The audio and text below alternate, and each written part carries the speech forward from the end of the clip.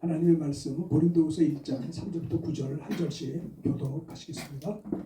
찬송하리로다. 그는 우리 주 예수 그리스도의 하나님이시요 자비의 아버지이시요 모든 위로의 하나님이시며 우리의 모든 환난 중에서 우리를 위로하사 우리로 하여금 하나님께 받은 이로써 모든 환난 중에 그리스도의 고난이 우리에게 넘친 것 같이 우리가 받는 위로도 그리스도로 말미암아 넘치는도다. 우리가 훈련하고 환난 당하는 너희가 위로와 구원을 받게 하려는 것이다. 우리가 너희가 위로를 받게 하는 것이니 이 위로가 너희 속에 역사하여 우리가 받는 것 같은 고난을 너희도 7절을 제가 너희를 위한 우리의 소망이 견고함은 너희가 고난에 참여하는 자가 된 것 같이 위로에도 그러한 줄을 알미라. 형제들아 우리가 아시아에 하나님 우리가 원하지 아니하나니 힘이 없도록 심한 고난을 당하라. 9절 다 같이 합니다. 우리는 우리 자신이 사형 선고를 받은 줄 알았으니 이는 우리로 자기를 의지하지 않고 오직 죽은 자를 다시 살리시는 하나님만 의지하게 하려 하십니다. 아멘. 고린도후서 1장 3절부터 9절의 말씀을 중심으로 오늘 말씀의 제목은 하나님을 찬송할 이유, 성도가 하나님을 찬송할 이유에 대해서 우리가 말씀을 나누려고 합니다. 3절 고린도후서 1장 3절을 다 같이 함께 봉독합니다. 시작. 찬송하리로다. 그는 우리 주 예수 그리스도의 하나님이시요 자비의 아버지시요 모든 위로의 하나님이시며 찬송하리로다. 찬송. 왜 우리가 하나님을 찬송해야 합니까? 성도가 하나님을 찬송해야 될 이유가 뭐냐면 찬송하리로다. 그는 우리 주 예수 그리스도의 하나님이시며 두 번째 뭐예요? 자비의 아버지시라는 거예요. 항상 하나님께서 우리들에게 자비를 베풀어 주시기 때문에 항상 하나님께서 아버지 하나님이 우리를 긍휼히 여기시기 때문에 마치 부모가 자식을 불쌍히 여기듯이 부모가 자식을 긍휼히 여기듯이 우리가 하나님을 어떤 상황 속에서도 찬송해야 될 이유가 뭐냐면 그분은 우리 주 예수 그리스도의 하나님이실 뿐만 아니라 그는 누구요? 자비의 아버지이시다라고 하는 겁니다. 자비, 오이티르키모스, 헬라어로 오이티르키모스인데요.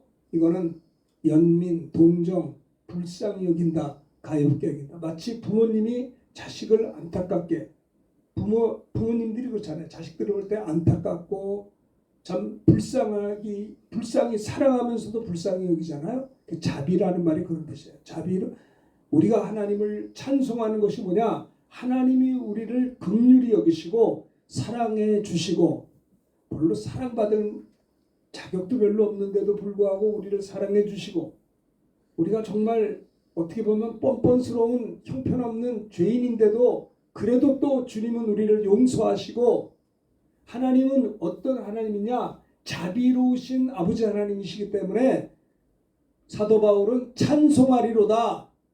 그분은 우리 주 예수 그리스도의 하나님이시며 자비의 아버지시다라는 거죠.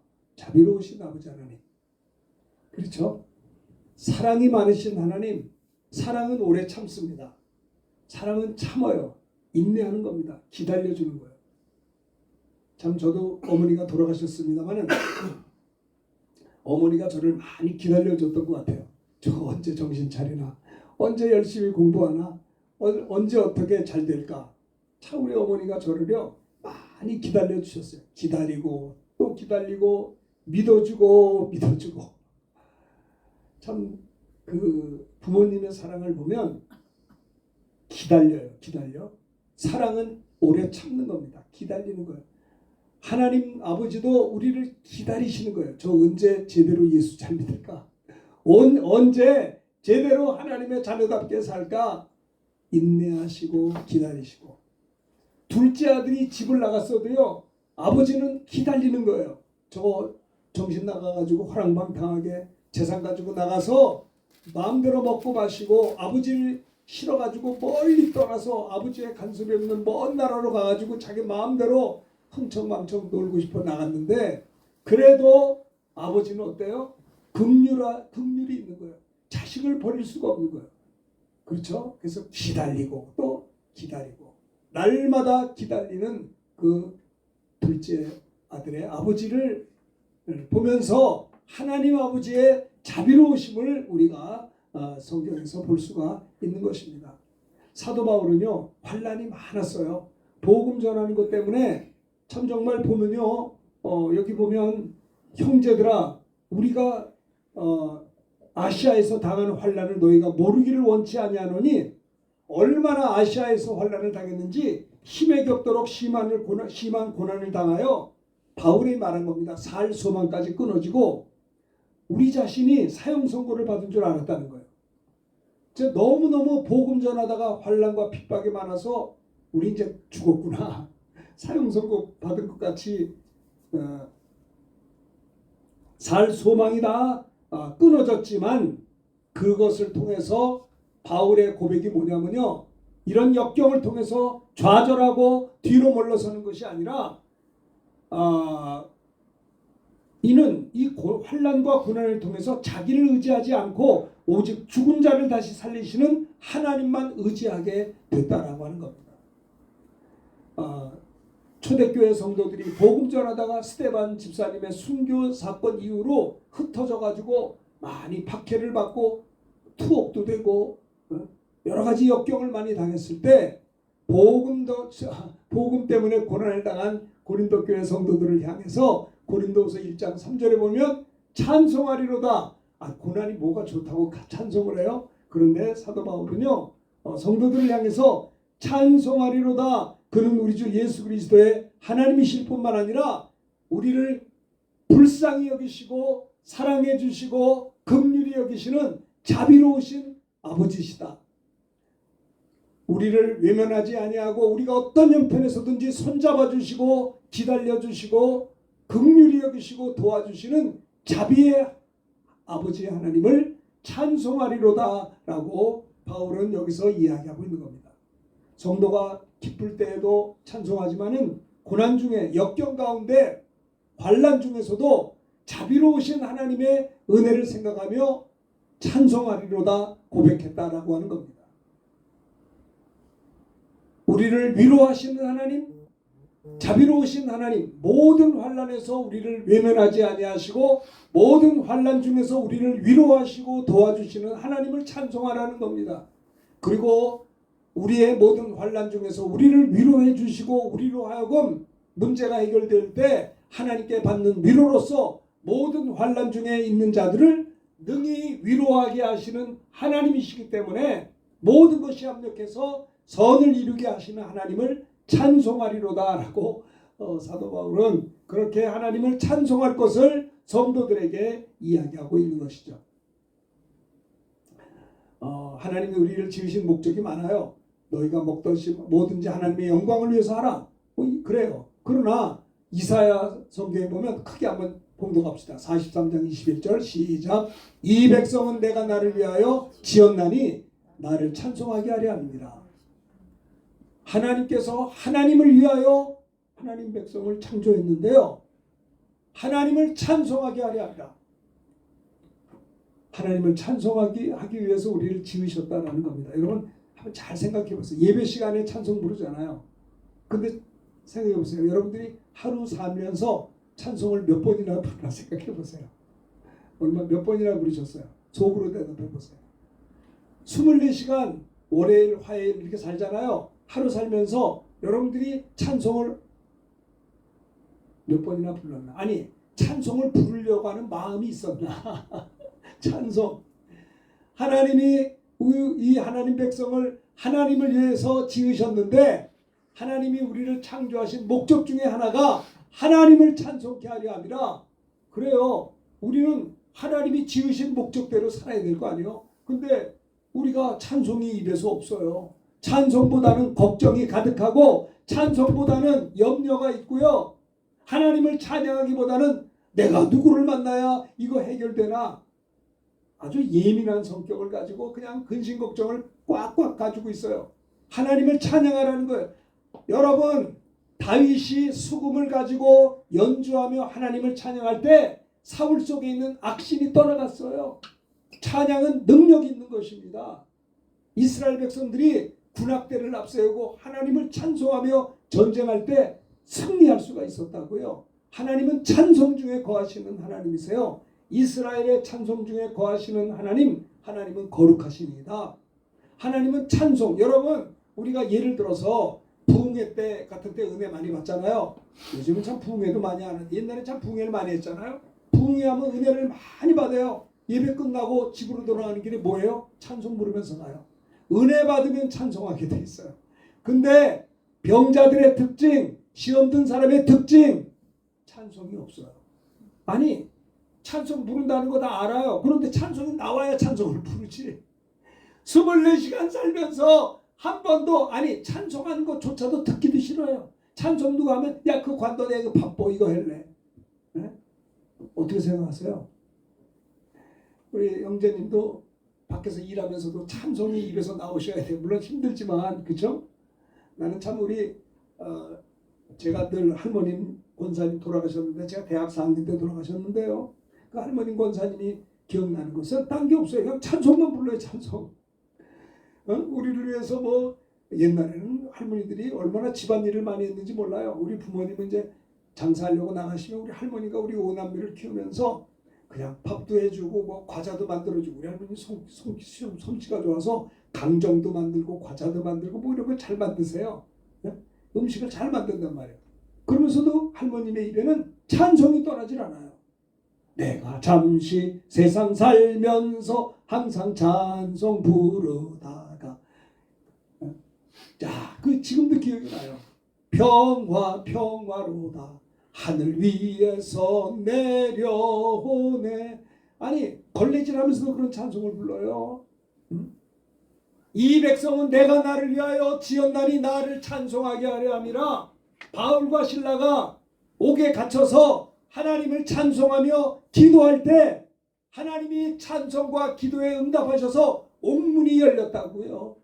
찬송의 능력, 여러분 근심한다고 해결되는 줄 아세요? 찬양을 불러보세요. 찬양하다 보면 기도가 터지고 기도하게 될 때 응답이 있는 거예요. 찬송하다 보면 회개도 돼요. 어떤 교회는 주일 예배를 드리는데 준비 찬송이란 말을 안 하죠. 찬양만 40분을 불러요. 성도들이 예배 주일 대예배 때 찬양이 30분 40분을 찬양을 합니다. 찬양을 부르면서 한 주간 감사하고 찬양을 부르면서 한 주간 지었던 죄를 회개하고 찬송하면서 하나님께 영광을 돌리고 찬송하다가 하나님의 은혜를 받고 찬양 부르다가 병고침도 받고 찬양하다가 성령 충만을 받고 찬양이 충만하다고요. 찬양이 넘치게 되고 그 끝나고 나면 목사님 나오셔서 은혜로운 말씀을 전하고 말씀 끝나면 통성으로 또 부르짖어 기도하고 그리고 예배 끝나는 거예요. 헌금하고. 여러분 하나님은 찬송 중에 거하시는 분이세요.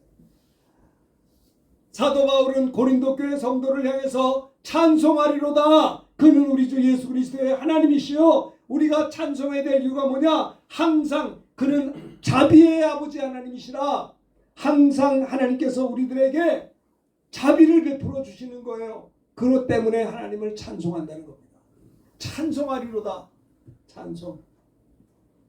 하나님 여러분 문제가 없는 사람이 어디 있어요? 잘 들으세요. 아 목사님 요즘 내가 문제가 있는데 이게 해결이 안 돼요. 이 문제만 해결되면 참 좋겠어요. 오케이 해결됐다고 합시다. 그러면 내가 질문할게요.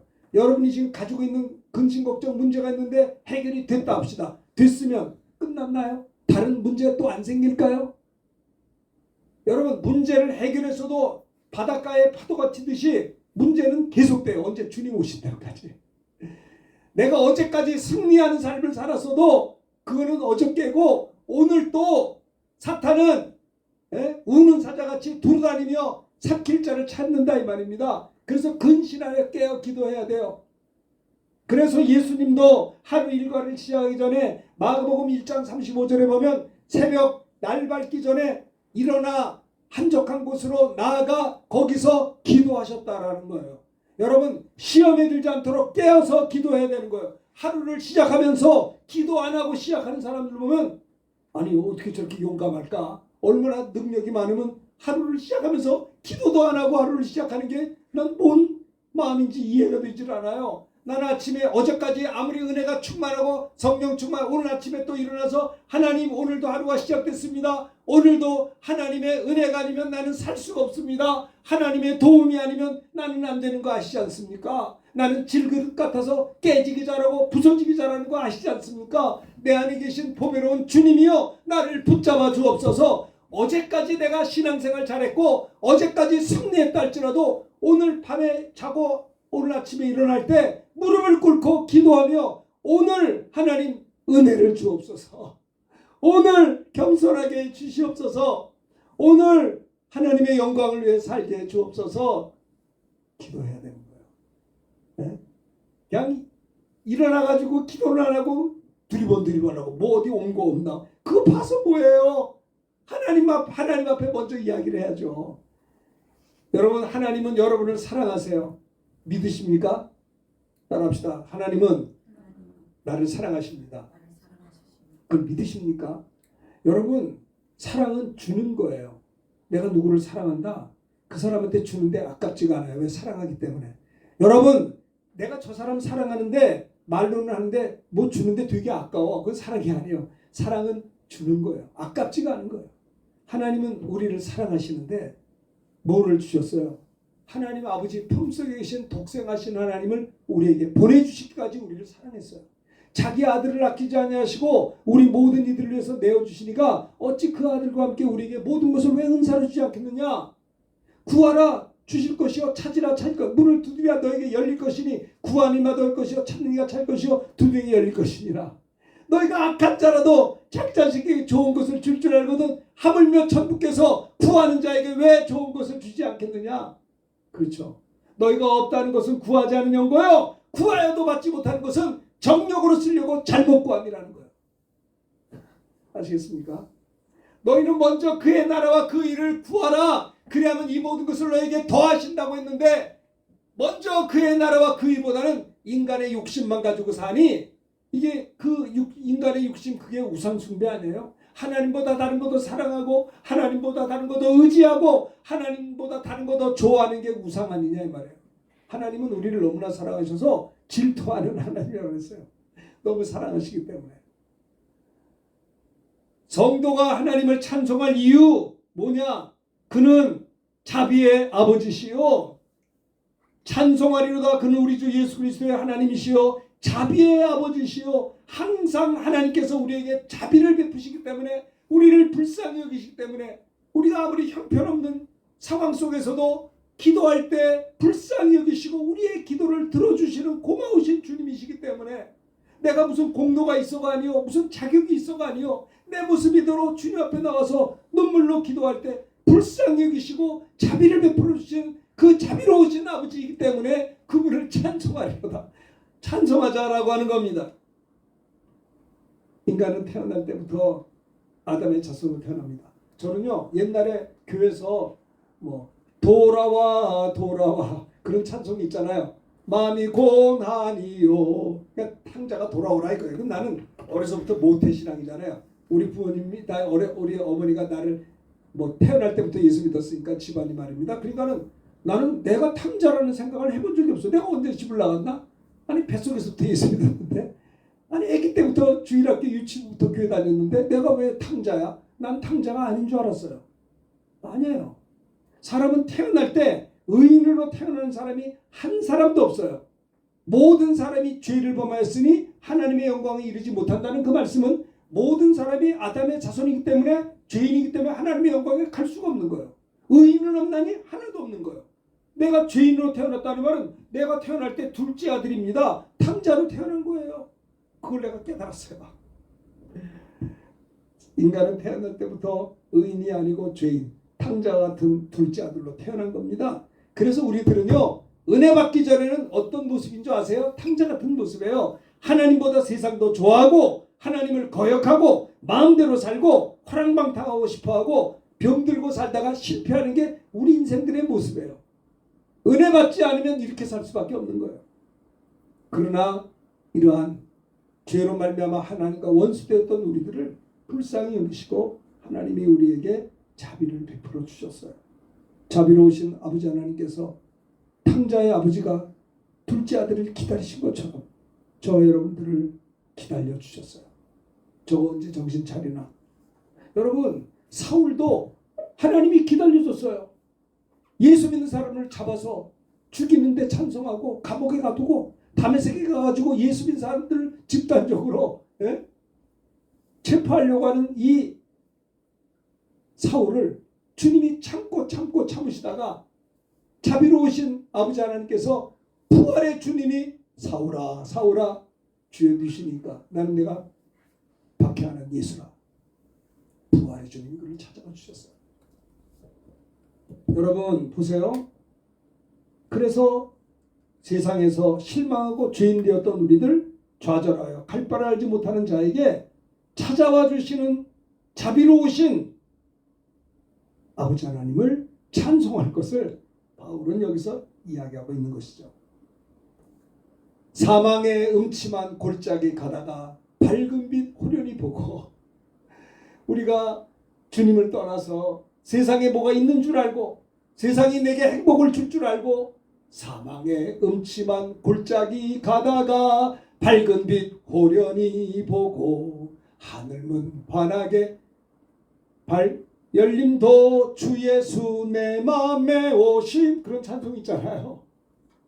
우리 모두는 이렇게 둘째 아들로 태어나서 죄인으로 태어나서 아담의 자손으로 태어나서 하나님과 원수가 되어서 하나님 관심도 없고 세상 좋아하고 세상의 모든 것 바라보고 살다가 하나님께서 우리에게 찾아와 주신 거예요. 기다려 주신 거예요. 하나님이 우리를 사랑하셔서 하나님의 아들 예수님을 이 땅에 보내주셨다라는 걸, 우리에게 그 은혜를, 예수를 믿을 수 있는 믿음을 주셨다라고 하는 겁니다. 찬송합니다. 그래서 누가복음 15장 20절 크게 읽읍시다. 시작. 아버지께로 돌아가니라. 아직도 거리가 먼데 아버지가 그를 보고 측은히 여겨 달려가 목을 안고 입을 맞추니, 둘째 아들이 허랑방탕하여 아버지께 돌아올 분깃을 가지고 먼 나라로 가서 먹고 마시고 제 멋대로 살다가 돈 떨어지니까 친구 떨어지고 설상가상으로 흉년이 들고 더 깊이 흉년이 들어서 돼지지기로 전락되고 더 깊이 흉년이 들어서 돼지가 먹는 쥐염 열매도 먹을 열매가 없어서 죽음의 일보 직전에서 제정신이 든 거예요. 사람은요, 죽음 앞에서는 정직해지더라고요. 죽음의 일보 직전에서 나는 여기서 끝나는구나, 내가 여기서 죽는구나, 그러면서 그가 생각했어요. 내 아버지에게는 먹을 것이 많은데 내가 왜 이 꼴을 당하고 사는가? 내가 살려면 내 모습대로 아버지께 가겠다. 근데 마음이 괴로워서 내가 아버지의 아들이라고 일컬음을 받을 수 없으나 종 중에 하나만이라도 붙어 살면 굶어 죽지 않지 않겠는가 해서 아버지께 왔잖아요. 아버지께로 돌아가는데 아직도 거리가 멀리 있는데 아버지가 둘째 아들을 보고 치긴히 여겨 달려가 목을 안고 입을 맞춰 준 겁니다. 하나님은 이렇게 자비로우신 아버지세요. 우리가 예수 믿고 하나님의 자녀가 된 것은 우리가 잘난 것이 있고 공로가 있는 게 아니요, 우리를 기다려 주시고 우리를 찾아가 우리가 주님을 바라볼 때 형편없는 우리들이 주님을 바라보며 살려고 할 때 주님이 치근히 여겨서 우리의 목을 안고 입을 맞춰 주시고 용서하시고 손에 가락지를 끼워주신 거예요. 하나님은 어떤 하나님? 자비로우신 하나님이에요. 그 자비로우신 하나님을 찬송하리로다. 성도가 하나님을 찬송할 이유가 뭐예요? 그는 자비로우신, 항상 하나님이 우리에게 자비를 베푸시기 때문이라는 겁니다. 자, 야고보서 5장 11절 읽읍시다. 시작. 주께서 주신 결말을 보았거니와 주는 가장 자비하시고 긍휼히 여기시는 자신. 여러분, 주님은 가장 자비로우시고 우리를 긍휼히 여기시는 주님이시다라는 거예요. 불쌍히 여겨주시는 주. 저는 새벽 기도할 때도 주여 저를 불쌍히 여겨 주옵소서. 주님이 저를 너무나 잘 알고 계시잖아요. 나는 아무것도 없습니다. 주님의 은혜가 아니면 살 수 없습니다. 주님이 은혜 주지 않으면 내가 이 땅에서 살 수가 없습니다. 은혜를 주옵소서. 긍휼히 여겨 주옵소서. 불쌍히 여겨 주옵소서. 그럴 때 하나님께서 자비로우신 아버지께서 응답하시고 역사하시고, 그래서 그분을 찬송하라는 겁니다. 그렇죠? 교회가 무엇 교회냐? 참교회는 하나님의 용서와 하나님의 사랑과 하나님의 자비로운 은혜를 체험한 교회가 참교회예요. 주님의 은혜를 경험한 그것이 교회다라고 하는 겁니다. 다메섹에서 사울을 찾아와 주셨잖아요. 자비로우신 주님, 죄인이었던 우리들 세상에서 실망하고 좌절하여 갈 바를 알지 못하는 자에게 찾아와 주신 자비로우신 주님을 바울은 찬송하리로다. 힘들고 어려울 때 목사님을 만나게 하시고 말씀을 듣게 하시고 일꾼들을 보내주시고 그렇게 하나님은 자비를 베풀어 주시는 그 하나님을 찬송할 것을 사도 바울은 고린도 교회 성도들에게 첫 번째 말하고 있습니다. 두 번째입니다. 4절 다 같이 읽읍시다. 고린도후서 1장 4절입니다. 시작. 우리의 모든 환난 중에서 우리를 위로하사 우리로 하여금 하나님께 받는 위로로서 모든 환난 중에 있는 자들을 능히 위로하게 하시니라. 우리의 모든 환난 따라합시다. 우리의 모든 환난 중에서 우리를 위로하시는 하나님. 네. 성도가 하나님을 찬송해야 될 이유는 첫 번째, 항상 하나님께서 우리를 불쌍히 여기시고 자비를 베풀어 주시기 때문에. 두 번째는 뭐예요? 어떤 환난 중에서도 우리를 위로해 주신다. 환난 중에 위로를 받으신 적 있으십니까? 환난 중에 계신 분들 계세요? 누가 여러분을 위로하겠어요? 주님밖에 없어요. 나를 위해 십자가에 피 흘리시고 나를 위해 죽으시고 부활하신 그분만이 우리를 위로해 주시는 겁니다. 우리들이 하나님을 찬송해야 될 두 번째 이유는 어떤 역경과 환난 중에서도 그분이 하나님 아버지께서 우리를 위로해 주시기 때문에 우리의 모든 환난 중에 우리를 위로하사 그랬어요. 환난, 억압, 고난, 그렇죠? 위로하사 우리를 곁에 부르시고 격려하신다는 뜻이에요. 말씀을 통해서 우리를 살리시죠. 시편 119편 50절 크게 읽읍시다. 시작. 이 말씀은 나의 고난 중에 위로라. 주의 말씀이 나를 살리셨기 때문이에요. 잘 들으세요. 여러분들, 집사님들 힘들고 어려울 때요. 힘들고 어려울 때 뭐 하세요? 성경을 읽으세요. 설교 읽으면서 이러세요. 하나님 아버지, 나는 세상에서 위로를 받지 못해요. 내가 요즘 마음이 힘들고 어려운데 제가 성경 읽을 테니까 성경 읽다가 말씀을 통해서 저 위로 좀 해주세요. 말씀을 읽다가 말씀을 통해서 저를 붙잡아 주세요. 말씀으로 위로해 주시는 거예요. 다윗은 이 말씀은 나의 고난 중에 위로라. 하나님의 말씀이 나를 살리셨기 때문이다라고 시편 119편 50절에 말씀했어요. 다윗도 얼마나 피난도 가고 전쟁도 많이 하고 고난이 많았어요. 쿠데타도 일어나고 그러나 이 다윗의 위로는 뭐예요? 이 하나님의 말씀이 나의 고난 중에 위로라. 주의 말씀이 나를 살리셨기 때문입니다. 이사야 66장 13절 읽읍시다. 시작. 어머니가 자식을 위로함 같이 내가 너희를 위로할 것인즉 너희가 예루살렘에서 위로를 받으리라. 어머니가 자식을 위로함 같이 내가 너희를 위로할 것인즉 너희가 예루살렘에서 위로를 받으리라. 이 하나님의 자비로우신 위로하신 은혜예요. 네? 우리를 위로하신다라는 거예요. 위로하신다.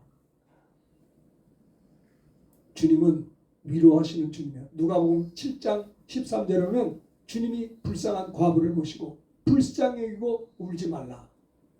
그러면서 나인성 과부를 울지 말라고 위로하시고 그의 기도에 응답을 주셨어요. 요한계시록 7장 17절에도 보면 이는 보좌 가운데 계신 어린 양 예수님이 저들의 목자가 되시사 생명수 샘으로 인도하시고 하나님께서 그들의 눈에서 모든 눈물을 씻어 주실 것이라고 했어요. 모든 눈물을 씻겨 주시는 사도 바울이 하나님을 왜 찬양해야 되느냐? 그는 자비로우신 항상 우리에게 자비를 베푸실 뿐만 아니라 우리의 모든 환난 중에 우리를 위로하시기 때문에 그분을 찬양할 것을 권면하고 있는 것입니다. 하나님의 자녀들이 환난 당할 때 아버지 하나님이 외면하지 않으세요. 환난을 이길 수 있는, 피할 수 있는 길을 주세요. 그렇죠? 환난 중에 죽음의 일보 직전에 돌아와서 용서받고 위로받은 둘째 아들을 볼 수가 있어요. 여러분, 환난이 있죠. 왜 없겠어요? 그러나 고린도서 10장 13 너희가 감당치 못할 시험을 하나님이 허락지 아니하시고 사람이 감당할 시험 밖에는 너에게 당한 것이 없나니 하나님은 오직 미쁘사 하나님은 감당치 못할 시험 당함을 허락지 아니하시고 시험 당할 즈음에 피할 길을 내사 너희로 능히 감당케 하시느니라. 제가 1970년대 총신대학 입학해가지고 신학생 생활하는데 무겁더라고요. 야, 내가 어떻게 신학생이 되었나? 내가 어떻게 전도사를 하고 앞으로 목사를 하는 건가? 무거운 짐이에요. 너무 무겁더라고 짐이. 감당할 길이 없어요. 내 한 몸 감당하기도 힘든데 어떻게 내가 이제 신학교 공부하다가 전도사도 가야 되고 앞으로 목사 안수도 할 생각하니까 앞이 깜깜하더라고요. 근데 성경 보니까 제가 은혜 받은 규절이 고린도서 10장 31절이에요. 13절. 고린도서 10장 13절에 보면 사람이 감당할 시험 밖에는 너에게 당한 것이 없나니 하나님은 민부사 너희가 감당치 못할 시험 당함을 허락지 아니하시고 힘나더라고요. 감당치 못할 시험 허락하지 않는데요. 또 시험 당할 즈음에 피할 길을 주신다니까 너무 좋더라고요. 피할 길을 내사 너희로 능히 감당케 하시느니라. 20대 초반에 젊은 신학생이 그 성경을 읽고 용기 백배했어요. 맞아. 강하고 담대하자. 사람이 감당할 하나님은 감당치 못할 시험 당함은 허락지도 아니하시고 하나님 미쁘셔서 시험 당할 즈음에 피할 길을 주시고 여러분 그래서 여러분요 강하고 담대하셔도 돼요. 사업하시다가 어려운 일 당하죠. 걱정하지 마세요. 감당치 못할 시험은 하나님 허락지 않으세요. 오케이? 힘내야 돼요. 힘들고 어렵죠? 하나님께서 피할 길을 주실 걸 믿으세요. 능히 감당케 하신다고 우리가 기도한 게 아니라 그분이 약속한 게 나는 이루어지. 여러분 천지는 없어져도 하나님 말씀은 1.1획도 변치 않고 이루어지는 거예요.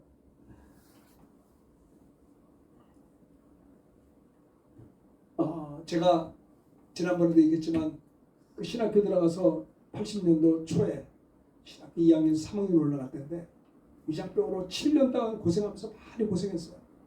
나는 왜 이런 병이 있는가? 말이 안 되는 거예요. 젊은 사람인데 어린데. 그런데 그것도 환란이잖아요. 그 환란이 있는데 친구 전사님이 저를 붙잡고 기도해 주다가 성령 충만 방언받고 기도 끝났는데 난 거예요. 환란 중에 하나님은 어때요? 나를 위로해 주셨기 때문에 나는 찬송하는 거예요. 어떻게 생각하세요? 제가 1984년도에 목사 안수받고 군목을 할 때 저 목회 위기가 있었어요. 너무 힘들었어요. 지난번에도 얘기했지만 집사님 내가 4kg가 몸이 빠졌어요. 진짜 바짝바짝 말랐어요. 군목을 하는데 너무 힘들어서 역경이 많았어요. 그렇게 환난 속에 힘들고 어려울 때 너무 처절하게 예배당 가서 엎어져 기도하는데 하나님 위로하시더라고요. 말씀을 주시더라고요. 도리어 복을 빌며 기도하라 말씀을 주시더라고요. 눈을 떴어요. 복을 빌며 기도하긴요. 저 사람은 저렇게 돼야지 왜 복을 빕니까? 눈을 떴어요. 눈 뜨고 가만히 있다가 두 번째 기도하는데 또 주님께서 복을 빌며 기도하라 감동하셨어요. 뭐 계속 이게 뭐야 해가지고 눈을 또 떴어요. 먼 산을 바라보고 예배당 창문 밖에 하늘을 바라보고 있었어요. 한참을 보고 있다가 세 번째 또 기도했어요. 하나님 제가 이렇게 힘들고 어렵습니다 하는데 또 주님이 말씀하시기를 복을 빌며 기도하라는 거예요. 세 번째 기도에는 명한 바람에 제가 그 감동 지금도 잊지 못해요. 환난 중에 모든 환난 중에 위로해 준 내 말씀 로마서 12장 14절 도리어 복을 빌며 기도하라는 그 말씀에 순종하여 하기 싫은 걸 억지로 아무개를 축복하며 기도합니다라고 했는데요. 그때 지금도 생각나요. 소름이 끼칠 정도로 내가 평안해졌어요. 우리 집사님도 걱정이 많다고 그러는데요. 나도 걱정이 많았거든요. 아니 몸무게가 4kg 빠졌다니까요. 목회가 힘들었어요. 설교하기에 기쁨이 없었어요. 그런데 그때 축복하며 기도하는데 내 마음에 편안함이 깜짝 놀랐어요. 이게 뭐야? 내가 이렇게 마음이 편해졌지? 이상한 거였어요. 여러분 환난 중에 하나님 앞에 기도하면 위로해 주세요. 위로해 주신다. 그래서 제가 군목 다 끝나고 난 다음에 목회하면서 내가 평생 생각했어요. 나를 힘들게 하고 어렵게 하는 사람이 있으면 축복하며 기도하리라. 그렇게 40년을 지내왔어요. 여태까지. 84년이니까 지금 2024년이잖아요. 40년 전이에요. 그게. 40년 사는 동안에 목사 만 40년 차 목회하면서 살다 보면 너무나 귀하고 고마운 성도님들이 많죠. 그러나 힘들고 어렵게 하는 사람도 있을 수 있잖아요. 왜 없겠어요? 예수님도 있었는데 그럴 때마다 축복하며 기도했어요. 그랬더니 하나님께서 평안한 마음을 주셨어요. 저는요 스테반 집사님이 이해가 돼요. 손양은 목사님이 왜 저렇게 자기 아들을 죽인 그 아들을 원수 같은 그 안재선이를 양자로 받았잖아요. 이 말이 안 되는 거예요. 그게 그러나 도리어 축복하며 기도하라. 네? 원수 갚는 것이 내게 있으니 내가 갚으리라고 주께서 말씀하셨느니라. 너는 원수가 줄이거든 먹이고 목마르거든 마시우라. 그 머리에 숯불을 쌓아놓으라. 선으로 악을 이기라. 로마서 12장 14절부터 21절의 말씀입니다. 도리어 복을 빌며 기도하라는 거예요. 근데 아무리 내가 이렇게 소리를 고래고래 지르고 설교해도 이 말씀을 적용을 못하더라고요. 여전히 아주 원통함이 계속 있어요. 불안한 걸 풀지 못해. 왜? 축복 기도를 안 하기 때문에. 성경에 나와 있죠. 도리어 복을 빌며 기도하라.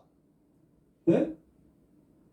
원수를 사랑하는 정도가 아니라 도리어 축복하며 기도하라. 이를 위해서 너희가 부르심을 받았나니. 우리가 하나님을 찬송해야 될 이유가 우리가 하나님이 항상 자비를 베풀어 줄 뿐만 아니라 어떤 환난 중에서도 위로하여 주신다라는 겁니다. 위로. 아시겠어요?